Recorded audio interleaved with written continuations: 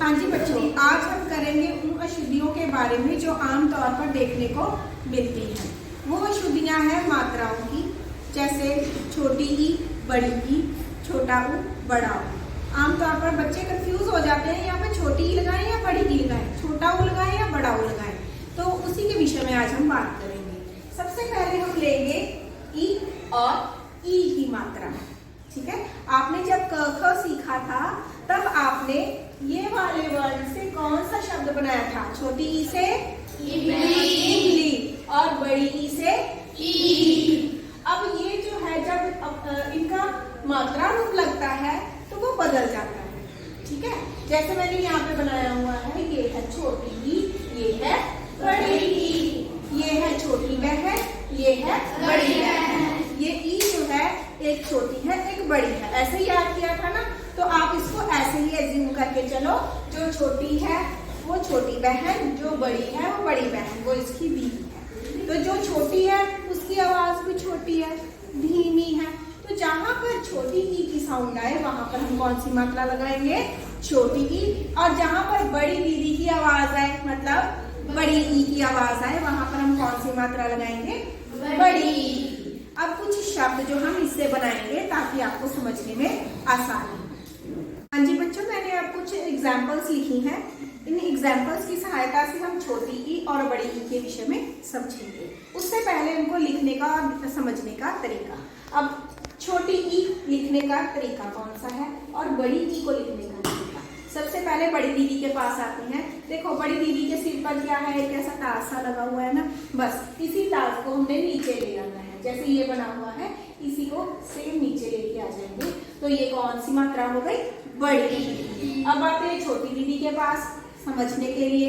जो बड़ी दीदी है उसका मुंह इधर को था, जो छोटी दीदी है उसका मुंह दूसरी तरफ को हो जाएगा, मतलब कि किधर हो जाएगा?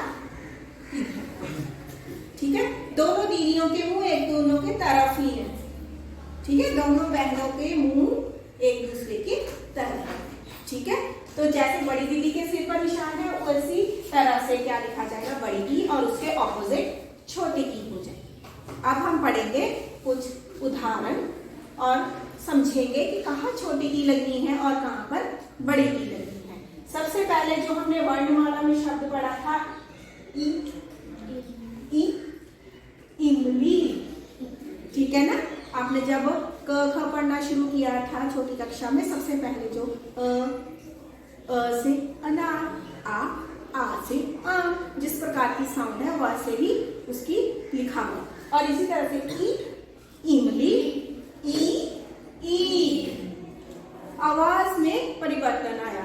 अब छोटी ई, इमली, छोटी आवाज, धीमी आवाज, हल्की आवाज। ई, बड़ी दीदी है, बड़ी दीदी ऊंचा बोलती है, तीखा बोलती है, लंबा बोलती है, तो बड़ी ई। इसी तरह से अब उसकी मात्रा लगाएंगे। यहाँ पर स्वर हो गया, यहाँ पर उसकी मात्रा हो गई। ठीक है, क्या शब्द लिखा हुआ है? मैंने बेटा गौहर बताओ, मैंने ये क्या लिखा? दिन। दिन।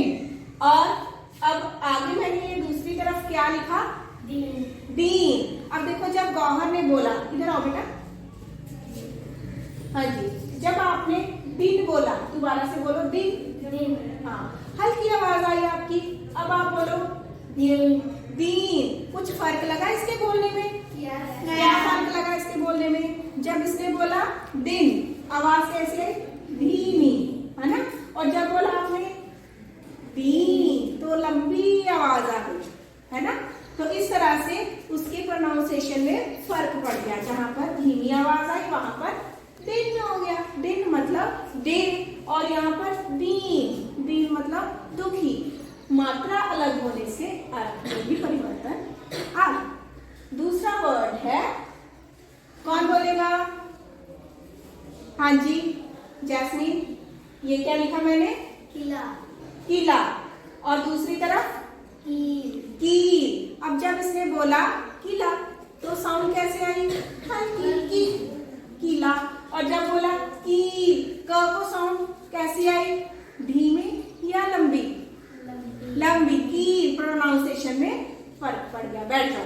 तो यहाँ पर कीला मतलब महल, ठीक है, महल। और यहाँ पर कील, जो तीखी कील होती है पाँव में चुभ जाती है। ओके, नेक्स्ट वर्ड है हरी, और दूसरी तरफ बड़ी की मात्रा हरी। तो प्रोनाउंसिएशन में फर्क हुआ, अर्थ में भी बदलाव हो गया। ठीक है, यहाँ पर छोटी ई की मात्रा हरी, हल्की आवाज हरी, और यहाँ पर हरी मतलब ग्रीन कलर। तो इस तरह से आपको समझ लगा कि जब साउंड लंबी आ जाए, गले पे स्ट्रेस आए, तीखी आवाज निकले तो बड़ी की मात्रा, और हल्की धीमी छोटी प्यारी सी ई की आवाज आए तो वहां पर कौन सी मात्रा लगा देनी हमने, छोटी ई की मात्रा।